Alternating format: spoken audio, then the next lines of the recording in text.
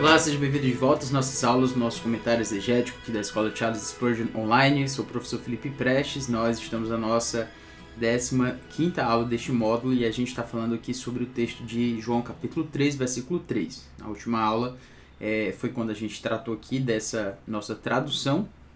Você já deve saber o quanto eu gosto de ver esse trabalho aqui, né, que a gente faz, que é um trabalho de especificar detalhe por detalhe das palavras e finalmente chegar numa tradução primária do texto. E agora a gente vai para o comentário, para a nossa análise textual, para tornar essa análise aqui que a gente fez de tradução algo mais palpável em termos aplicativos e do entendimento, né, exegéticos relacionados ao texto. Beleza? É isto. O texto é esse aqui, João 3,3. E a 1 João 3,3, né? E assim mesmo se purifica todo aquele que nele tem esta esperança, assim como ele é puro. Assim mesmo se purifica todo aquele que tem esta esperança.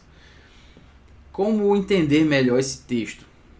Bom, a forma que a gente pode, a partir da qual a gente pode pensar é exatamente o fato quando nós temos, né, que assim mesmo se purifica todo o que nele tem esta esperança. Quando a gente olha para esse texto, a gente vê aqui, a gente está sem o grego aqui, mas a gente consegue aqui, ó, a si mesmo. Essa palavra aí para a si mesmo é o realtos, certo? E quando a gente tem aqui, especificamente aqui no versículo 3,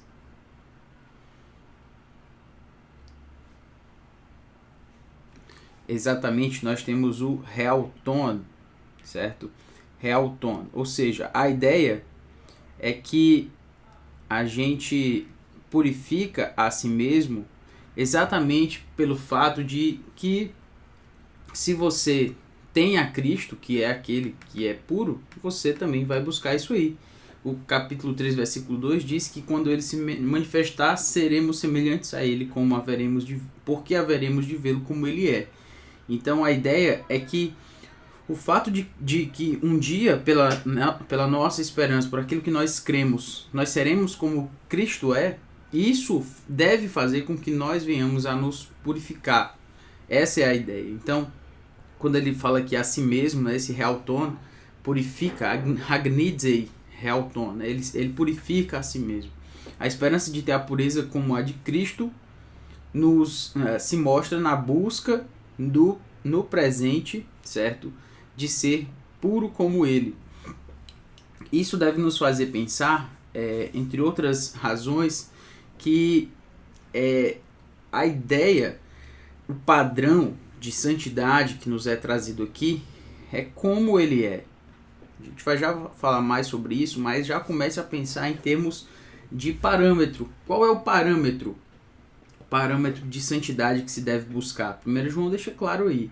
Não somos nós mesmos, não são as outras pessoas que são menos puras do que nós. Eu vou usar esse puras aqui bem entre aspas mesmo, porque a gente sabe quanto nós sabemos o quanto somos pecadores.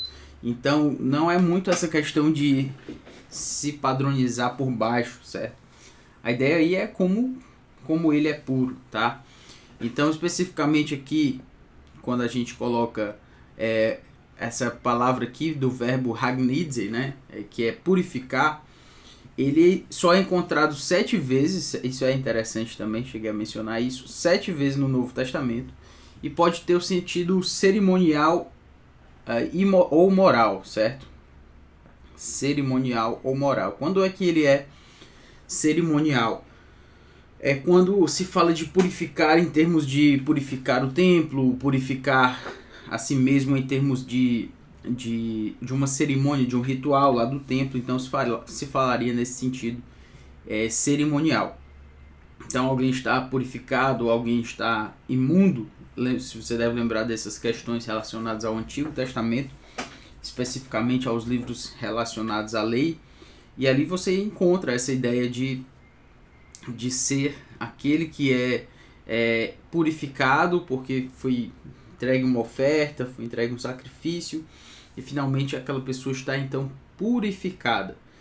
Mas neste caso aqui, nós estamos vendo a outra acepção dessa palavra, certo? A outra conotação, que é a sua conotação moral, a ideia de pureza moral. Então, além dos outros, né, Tiago e Pedro são os que trazem essa ideia moral. Veja aí Tiago 4,8: chegai-vos a Deus, e ele se achegará a vós outros. Purificai as mãos, pecadores, e vós, que sois de ânimo dobre, limpai o coração.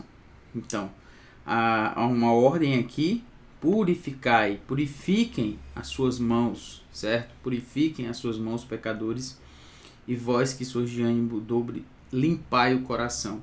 Então, como você pode perceber aí, Hagnizei, a ideia do purificar, ela está envolvida aí nesse texto, certo?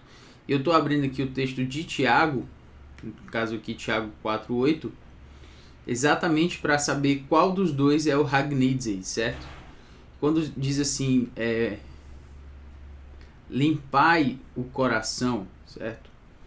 Quando ele diz purificai as mãos, é katharizei. A palavra aqui, era por isso que eu vim checar aqui, porque essa palavra aqui é katharizei. É uma outra palavra para a ideia de purificar também, é um sinônimo, tá? Mas no caso aqui, a palavra hagnizei é essa, limpai, certo? Limpai o coração.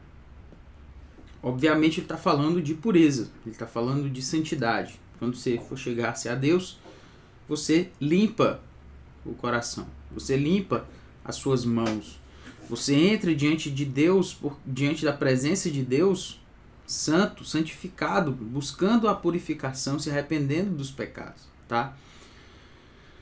E aqui a gente também tem em 1 Pedro 1,22, tendo purificado a vossa alma pela vossa obediência à verdade, tendo em vista o amor fraternal não fingido.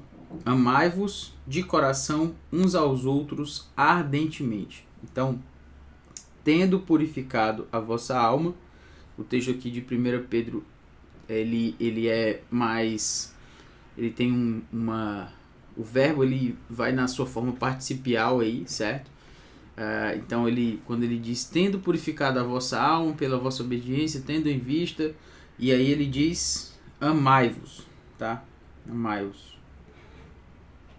Então aqui é o verbo principal e o restante são verbos participiais, sendo um deles aqui katharizei, aliás, hagnizei, certo? Tendo purificado, e assim ele é traduzido para facilitar a nossa vida, certo? Traduzido aí de uma forma com esse NDO, com esse gerúndio aí, tá? Então, são duas palavras para hagnizei, que trazem a ideia, como eu já mencionei, a ideia de uma santificação que diz respeito a uma purificação moral, certo? Não é uma purificação meramente cerimonial, mas é uma purificação moral. E como eu cheguei a mencionar no começo, é sempre importante manter em mente que a referência que nós temos aqui, ela é uma referência a Cristo. Ele é o padrão a quem devemos buscar em termos de pureza, e não a comparação com outras pessoas. E esse é o toque de aplicação que eu tenho aqui para mencionar com relação a esse texto. Qual é? Você se purifica. Aquele que busca ser, que haverá de vê-lo como ele é, aquele que tem a esperança escatológica de que um dia nós seremos como Cristo, nós o veremos como ele é, esse que tem essa esperança, ele se purifica, certo? Ele se purifica hoje, certo? Ele se purifica hoje, certo? Se purifica. Por quê? Porque nós haveremos de vê-lo como ele é, então qual é o padrão? É que ele é assim como ele é puro. Então, para mim, isso chama muita atenção porque fala que a santidade é algo que nós temos que buscar como uma luta pessoal. É claro que tudo vem a partir da graça. Filipenses fala que nós temos que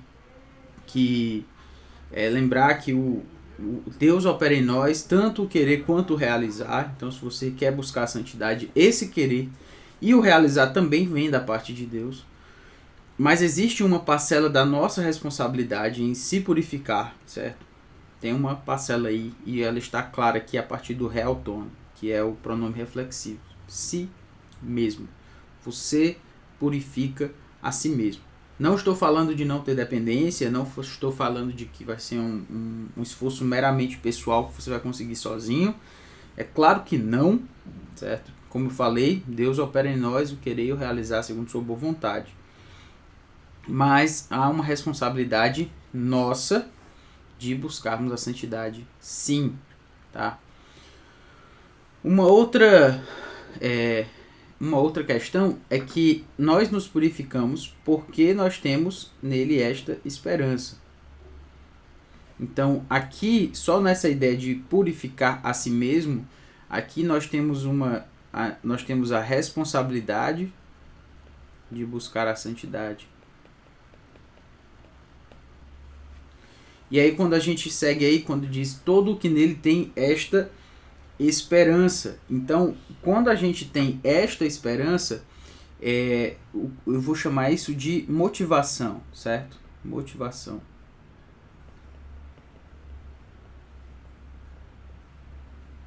O que eu quero dizer com motivação? Você tem que ter uma razão para buscar a santidade. E ele diz, todo aquele que tem essa esperança. Pressupõe-se que se você tem uma esperança em Cristo, você pode buscar a sua santidade, certo? Você pode buscar a sua santidade e vai lutar por essa santidade porque você tem a esperança de que um dia tudo isso vai se tornar realidade. Eu acho que às vezes a gente se enche das expectativas, das esperanças que esse mundo traz pra gente e acaba não entendendo que a nossa esperança não está aqui. A nossa esperança de uma vida, a nossa esperança de alegria, de plenitude, de completude, não está aqui. Não está aqui dentro desse mundo. Ele focaliza isso dizendo, olha, a si mesmo se purifica quem tem esta esperança. A esperança de que um dia nós haveremos de vê-lo como ele é. Nós não o vemos como ele é hoje, mas um dia nós o veremos como ele é. Então nós temos essa motivação, nós temos essa responsabilidade, certo? Deixa eu marcar aqui em vermelho. Nós temos essa responsabilidade e nós temos essa motivação, que é exatamente a esperança que nós temos. E por último, o que nós temos aqui também é o nosso parâmetro, certo? Vou até trazer aqui para baixo, para ficar mais claro aqui para a gente. Só nesse texto aqui você tem a responsabilidade, a motivação e você tem também o parâmetro. O parâmetro da santidade. Como assim, professor, o parâmetro? É aqui que você vai basear a sua busca de santidade. Você tem que buscar a pureza como Cristo é puro. Você não tem que buscar a pureza como a pessoa que você mais conhece, que é santa, que busca a santidade. Claro que nós temos que imitar aqueles, como Paulo fala, né? Sede meus imitadores, como eu sou de Cristo. Então, aqueles que imitam a Cristo, a gente também tem que buscar como uma espécie de referência. Mas a nossa referência absoluta e final, ela é Cristo. Porque é muito fácil comparar a nossa santidade com outras pessoas. Você pode dizer, mas eu não sou como fulano de tal, que faz tantos devocionais por dia, que já leu a Bíblia tantas vezes, que já memorizou tantos versículos. Mas também não sou como o cicrano, que, sabe, nem vem para a igreja, vem muito raramente, só no Dia dos Pais, datas comemorativas e... Não, eu não sou como ele. Então você começa a comparar a sua santidade com parâmetros errados, tá? Você começa a comparar sua santidade com aquilo que não deve ser comparado, que são outras pessoas. O parâmetro é Cristo. Então nós teremos que buscar a santidade, porque nós temos a motivação, né, dessa esperança, assim como ele é puro, ou seja, a partir desse parâmetro. Beleza? Então, somente nesse texto aqui, se você prestou atenção, né, brincadeiras à parte, mas eu sou batista, né? E eu gosto de procurar, e quando eu acho, eu fico muito feliz, né? 3 pontos aí para uma mensagem, para um sermão, para um estudo bíblico, que é a nossa responsabilidade na santidade, a nossa motivação pela santidade e o nosso parâmetro de santidade. Responsabilidade, nós precisamos buscar, não simplesmente, Deus vai me santificar. Você tem que buscar a santidade e Deus vai lhe ajudar com isso. Não é simplesmente parar e esperar, porque essa é a vontade dele e tal. Não é por aí. A motivação, que é essa esperança que Deus nos dá, e o parâmetro final, que é Cristo, somente Cristo. Beleza? Muito bem, muito bem. Você usar aí no seu estudo bíblico, num sermão, numa aula de escola dominical, numa reunião de pequeno grupo, algo assim. Espero que ajude aí você, tá bom? Vamos lá. Agora vamos para o capítulo 3, no versículo 4, que é quando João diz: todo aquele que pratica o pecado também transgride a lei, porque o pecado é a transgressão da lei. A gente precisa explicar esse texto, ele tem muita coisa aí para a gente analisar, mas vamos começar aqui com o grego, tá? Quando nós temos aqui paz, certo? Paz, ele é uma palavra que vem da ideia de todo, certo? Isso é interessante também a gente notar aqui no texto de 1 João, porque 1 João é cheio, certo? A epístola, na verdade, é cheia dessas colocações. Todo aquele, ou aquele que, ou todo aquele que. Isso vai aparecer várias vezes, já que é uma epístola em que João está trazendo para a gente critérios sobre como nós devemos buscar identificar aqueles que ensinam a palavra, né? E nos identificarmos como cristãos também. Então esse paz aqui é essa ideia do todo, certo? Todo. E aí nós temos depois o hopoion. O hopoion, ele faz parte daquela estrutura que eu já cheguei a mencionar aqui, que é assim, quando a gente tem no grego um artigo mais um particípio,